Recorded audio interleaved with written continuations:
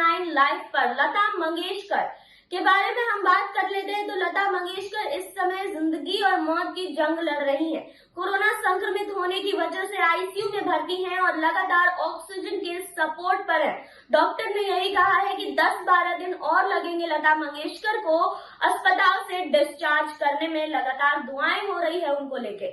लेकिन आज हम लता मंगेशकर की जिंदगी की कुछ खास बातें आपको बताने वाले हैं। आपको ये भी बता दें कि एक समय में लता मंगेशकर क्रिकेट की दीवानी हुआ करती थी। क्रिकेट से उन्हें बहुत ज्यादा प्यार था और जब 83 का वर्ल्ड कप हुआ था और 83 जो फिल्म बनी है रणवीर सिंह की, उसको लेकर भी लता मंगेशकर ने अपनी प्रतिक्रियाएं दी थी। तो आज इस रिपोर्ट में हम लता मंगेशकर की जिंदगी की वो खास बातें भी बताएंगे और आपको ये भी बताएंगे कि आखिर इस क्रिकेट से उनकी रुचि कैसे इतनी ज्यादा बढ़ गई और कैसे रणवीर सिंह की 83 को देखकर उन्होंने अपनी प्रतिक्रियाएं दी लाइफ में और क्या क्या उन्होंने अचीव किया है, कैसे अपने करियर की शुरुआत करी, इन सब चीजों के बारे में बात करेंगे। लेकिन यहाँ नहीं, आगे इस रिपोर्ट में लता मंगेशकर को गायकी के अलावा क्रिकेट में भी खासी दिलचस्पी है।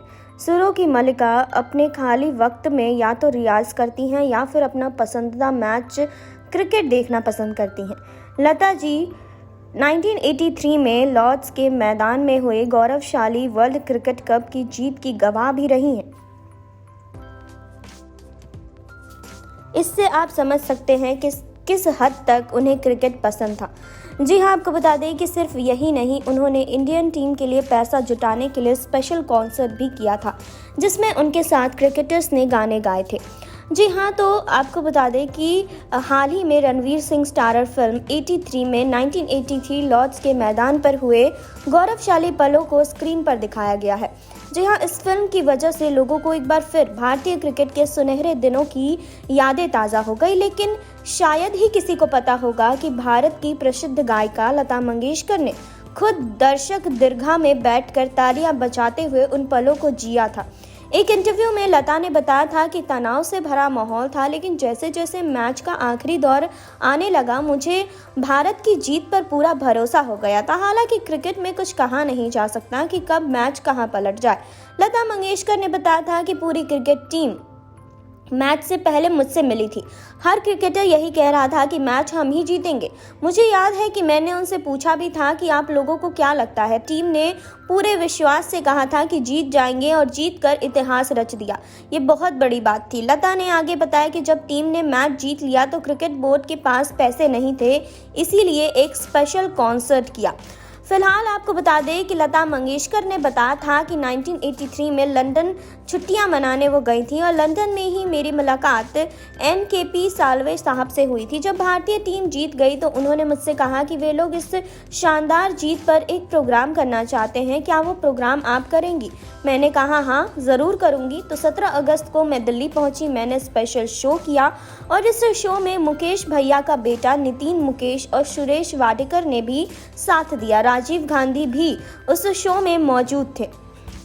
लता जी ने बताया कि बहुत बड़ा और अच्छा शो हुआ था। सबसे अच्छी बात ये हुई थी कि एक गाना जो मेरे भाई ने बनाया था उसे सारे क्रिकेट खिलाड़ियों ने मिलकर गाया था। इस कॉन्सर्ट का समापन ही इसी गाने से हुआ था और मज़े की बात तो ये थी कि क्रिकेट के मैदान में बल्ले और गेंद का करिश्मा दिखाने वाले कई क्रिकेट बहुत बढ़िया गाते भी हैं। भारत रत्न लता मंगेशकर का जन्म 28 सितंबर 2029 को मध्य प्रदेश के इंदौर में हुआ। उनके पिता दीनानाथ मंगेशकर खुद एक नामचीन सिंगर थे। दीनानाथ जी ने लता मंगेशकर को महज 5 साल की उम्र से ही संगीत सिखाना शुरू किया। लता जी के साथ उनकी बहन आशा, उषा और मीना के साथ साथ भाई ने भी संगीत की शिक्षा ली।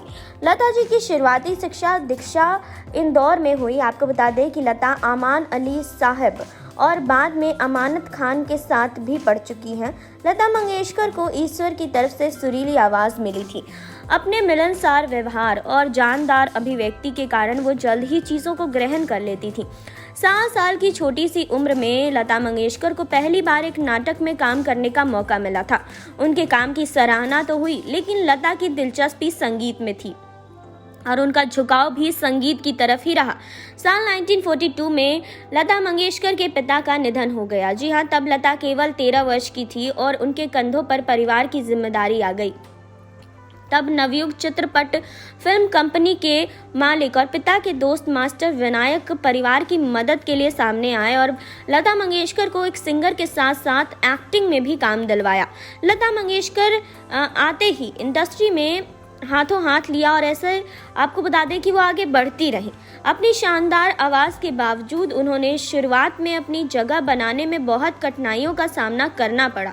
कई म्यूजिक डायरेक्टर उनकी पतली आवाज़ से नाखुश दिखे। जी हाँ, कई लोगों ने कहा कि थोड़ी भारी आवाज़ लेकर आओ। उस वक्त गायिका नूरजहान के जलवे थे, उनके साथ भी लता मंगेशकर की तुलना की गई, लेकिन धीरे धीरे लता की आवाज़ ने अपनी यूनिकनेस के चलते इंडस्ट्री में एक जगह बनाई और कुछ ही सालों में वो इंडस्ट्री में सबसे कामयाब सिंगर बन गई। निजी जिंदगी की बात करें तो लता मंगेशकर जी ने ताउम्र विवाह नहीं किया। उनकी बहनों और भाइयों ने शादी करके जिंदगी बसाई, लेकिन लता मंगेशकर जी अविवाहित ही रहीं और संगीत साधना में रत गई।